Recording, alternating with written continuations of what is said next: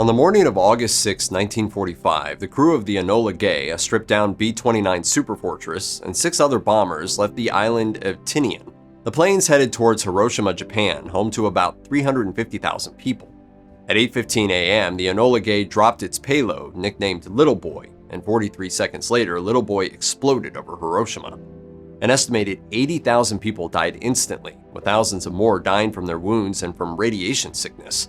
3 days later, another U.S. bomber, Bockscar, dropped a second atomic bomb dubbed Fat Man on Nagasaki. This Japanese city suffered a similar fate to Hiroshima. What we often forget is that real live human beings took part in the bombing, and they had emotions. Let's take a look at a few critical members of the flight crews to see what they thought of their actions. Overall, and to cut to the chase, none of the bomber crews expressed remorse for what they'd done, believing it was necessary to end the war. They certainly aren't wrong. The day after the bombing of Nagasaki, Japan offered to surrender. General Paul Tibbets piloted the Enola Gay and named the B-29 after his mother. Just after the bombing, Tibbets put the Enola Gay on autopilot and took a nap. It wouldn't be the last time he slept peacefully with the full knowledge of what he'd done.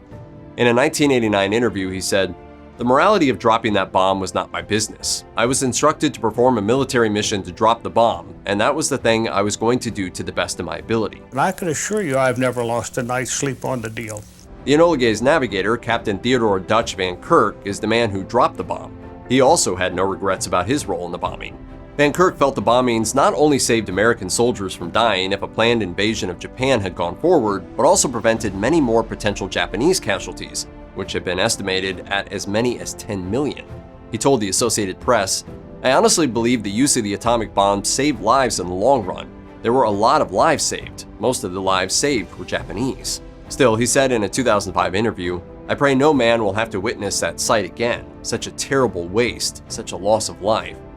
Similarly, the Enola Gay's flight engineer, Staff Sergeant Wyatt Dusenberry, had no regrets about his participation in the bombing, but told the Atlanta Journal in 1985, "I don't think anyone can be glad when they take 100,000 lives." And Captain Robert Lewis, the Enola Gay's co-pilot, had a poignant reaction in his private journal. I wrote down later, "My God, what have we done?" At 11:02 a.m. on August 9, 1945, the B-29 superfortress Bockscar arrived over Nagasaki, a Japanese port city of around 263,000 inhabitants. The plane released Fat Man, a plutonium fusion bomb. At least 40,000 people died instantly. Major General Charles Sweeney, who piloted Bockscar on his first combat mission, believed that dropping an atomic bomb was also necessary, writing in his 2018 book, War's End, an eyewitness account of America's last atomic mission, "We had a job to do, a war to end. I never questioned President Truman's decision to use every weapon at his disposal to end the bloody conflict, nor do I now." Sweeney's co-pilot on the mission, Lieutenant Colonel Fred O'Leary, also felt the bombing was necessary but regretted the deaths it caused. He told the Chicago Tribune, "I took no pleasure in killing civilians."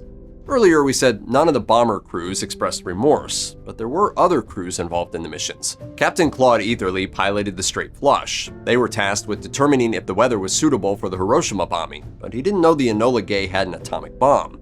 He later reached out to the victims of Hiroshima asking for forgiveness, later telling a Veterans Administration doctor, "I feel I killed all those people in Hiroshima." After the war, Etherly spent time in several psychiatric wards and was arrested for a series of crimes ranging from writing bad checks to postal break-ins. He was also involved in a 1947 plot to overthrow the Cuban government via a series of air raids. He eventually became a vocal advocate for the anti-nuclear movement, writing, "Someone will be impressive enough to give a message that will influence the world toward a reconciliation and peace."